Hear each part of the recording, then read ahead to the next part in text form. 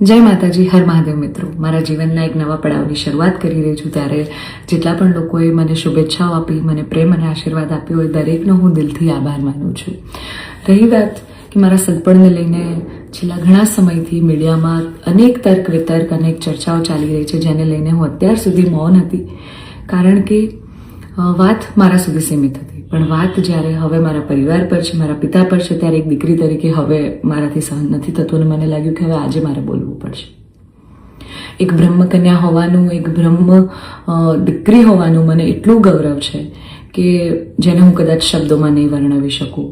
અને હું અહીંયા સુધી પહોંચી છું એના માટે શિક્ષિત અને સમજણી જે બ્રહ્મ શક્તિઓ છે, બ્રહ્મ સમાજના લોકો છે, એમનો ખૂબ ખૂબ ફાળો રહ્યો છે મારી આ જર્નીમાં. અને હું તો નસીબદાર છું કે મને 18 વર્ણના લોકોનો પ્રેમ અને સપોર્ટ મળ્યો છે અહીંયા સુધી પહોંચવામાં. મારો પરિવાર તો છે જ, મારી ઢાલની જેમ મારા પિતા છે મને સપોર્ટ કરવામાં, પણ આપ સૌનો પણ ખૂબ ફાળો છે.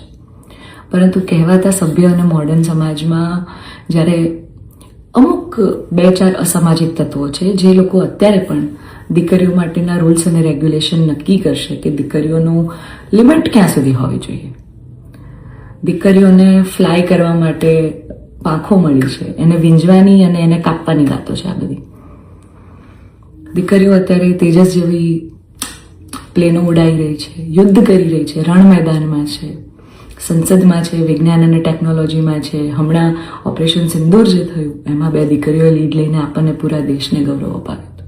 ત્યારે શું 2-4 આવા અસામાજિક તત્વો નક્કી કરશે કે એક દીકરીનો લાઈફ પાર્ટનર ચૂઝ કરવાનો શું એને હક નથી? હું બહુ નસીબદાર છું કે મને એવો પરિવારને એવા પિતા મળ્યા છે જે મારી ખુશીમાં ખુશ થાય છે અને મારા નિર્ણયને જે મેં હરખે વધાવી લીધો છે. કારણ કે ઓફકોર્સ હું એક એવા પરિવારમાં જઈ રહી છું કે જે આખો ભક્તિમય પરિવાર છે.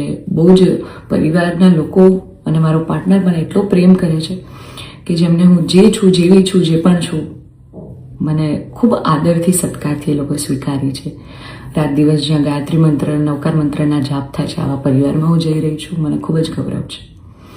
એટલે હું તમામ બ્રહ્મ શક્તિઓ, સમજણી અને શિક્ષિત જે લોકો છે, બાકીના લોકોના મગજમાં નહીં ઉતરે કદાચ આ વાત, પણ જે લોકો શિક્ષિત છે, સમજુ છે, એ લોકોને હું નમ્ર વિનંતી કરું છું કે આવા 2-4 જે અસામાજિક તત્વો છે ને, કે જે દીકરીઓની પાંખોને કાપવાની વાતો કરી રહ્યા છે, પ્લીઝ એને સમાજમાંથી દૂર કરો, નકર આપણો સમાજ ક્યાંયનો નહીં રહે.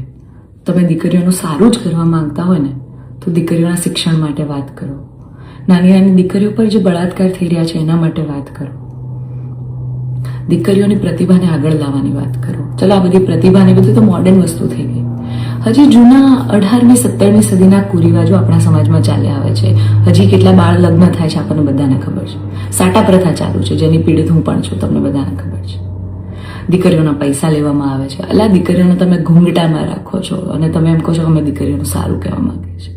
એક બાજુ દીકરીઓ તેજસ જેવી ફ્લાઇટો ઉડાઈ રહી છે, આર્મીમાં છે, નેવીમાં છે, અને એક બાજુ દીકરીઓ ઘૂંઘટામાં છે. એના પરથી જ ખબર પડી જાય છે કે ક્યાં કેટલો વિકાસ છે. હું દરેક બ્રહ્મ શક્તિઓને, બ્રહ્મ આગેવાનોને નિવેદન કરું છું, આજીજી કરું છું કે આવા અસામાજિક તત્વોને સમાજમાંથી હટાવો. જેટલા પણ લોકો હવે મારા પરિવાર વિરુદ્ધ કંઈ પણ પોસ્ટિંગ કરશે, કમેન્ટ કરશે, એમના વિરુદ્ધ હું કાયદેસરના પગલાં લઈશ.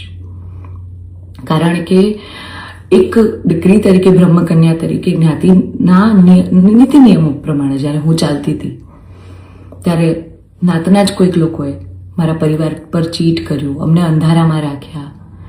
એક દીકરી એક સગપણમાં હોય અને તો પણ બીજી સમાજમાં ક્યાંક લગ્ન કરી લે, તમને 2-2 વર્ષ સુધી છુપાવે, તમને ક્યાંય નહીં.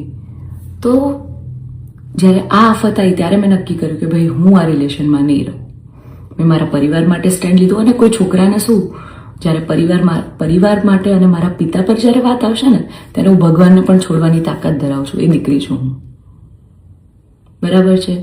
એટલે આપ સૌને નમ્ર વિનંતી છે કે જેમ દેશની દરેક દીકરીઓ પોતાના જીવનની શરૂઆત કરે છે, એમ મેં પણ એક શરૂઆત કરી છે. આને પહેલાં તો કોઈ વિશેષ મોટો મુદ્દો બનાવવાની જરૂર નથી. અને આવા જે અસામાજિક તત્વો છે કે આમ કરશું, નાત બાર કરશું, અરે ભાઈ, તમને 5,000માં કોઈ પગાર પર નોકરી રાખવા તૈયાર નથી. તમે તમારા ઘરનું અને તમારું સંભાળો પહેલાં તો.